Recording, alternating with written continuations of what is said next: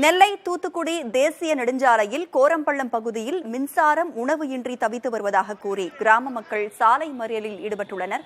இதுகுறித்த கூடுதல் தகவல்களை வழங்க இணைந்திருக்கிறார் நமது செய்தியாளர் மாதவன்.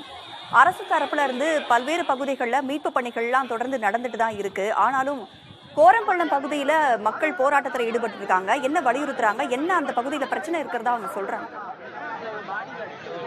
தூத்துக்குடியுடைய தேசிய நெடுஞ்சாலையில தூத்துக்குடியிலிருந்து 6 கிலோமீட்டர் இருக்கிறது அந்தோனியார் பாலங்கிற பகுதி. அந்த அந்தோனியார் பாலம் பகுதி அருகில தான் அந்த கோரப்பள்ளம், ஐயனாரிப்பு உள்ளிட்ட பல்வேறு பகுதிகள் இருக்கின்றன. அந்த அந்தோனியார் பாலம் கூட உடைஞ்சி விழுந்து போக்குவரத்து முற்றிலுமாக துண்டிக்கப்பட்டு நேற்று போர்க்கால அடிப்படையில அரசு உடனடியாக அந்த அந்தோனியார் பாலம் பகுதியில் ஒரு குறுக்கு சாலையை உருவாக்கி இப்ப நெல்லைக்கும் தூத்துக்குடிக்கும் போக்குவரத்து நடைபெற்றுக் கொண்டிருந்தது. இந்த நிலையில இன்னைக்கு காலையிலிருந்து அந்த கோரப்பள்ளம் ஐயனார் பகுதியை சேர்ந்த அந்த பகுதியை சேர்ந்த ஐயன் பகுதியை சேர்ந்த மக்கள்லாம் காலையிலிருந்து ஒரு 500க்கும் மேற்பட்டவங்க அந்த பகுதியில சாலை மறியல் போராட்டம் ஈடுபட்டு வராங்க. அவங்கள்ட்ட என்ன எதனால சாலை மறியல் போராட்டம்னு கேட்கிறப்ப எங்களுக்கு 4 நாட்களாக எங்களை யாருமே பார்க்கல, எங்களுக்கு எந்த உதவியும் செய்யல, மின்சார வசதி இல்ல, உணவு இல்ல உள்ளிட்ட பல்வேறு விதமான அவங்களுடைய வேதனைகளை தெரிவிச்சாங்க.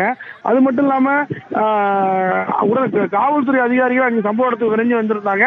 அவங்கள்ட்ட பேச்சுவார்த்தை நடத்தினா பேச்சுவார்த்தை நடத்தவும் இல்லை, எங்களுக்கு இதெல்லாம் பண்ணி கொடுக்கணும், இதை விட தாண்ட அரசியல் அதாவது அமைச்சர்லாம் வரணும் அப்படிங்கிற மாதிரி அவங்க டிமாண்ட் பண்ணிக்கிட்டு அங்க அந்த சாலை மறியல் போராட்டமானது தொடர்ந்து நடைபெற்று வருகிறது. இதனால நெல்லை தூத்துக்குடி அந்த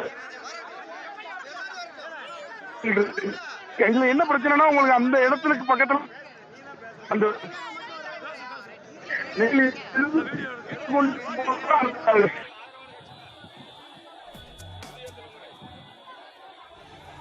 3 நாட்களாக மின்சாரம் உணவு இன்றி தவித்து வருவதாக கோரம்பள்ளம் கிராம மக்கள் சாலை மறியல் போராட்டத்தில் ஈடுபட்டிருக்கிறார்கள். நெல்லை தூத்துக்குடி தேசிய நெடுஞ்சாலையில் கிராம மக்கள் சாலை மறியலில் ஈடுபட்டுக் கொண்டிருக்கிறார்கள்.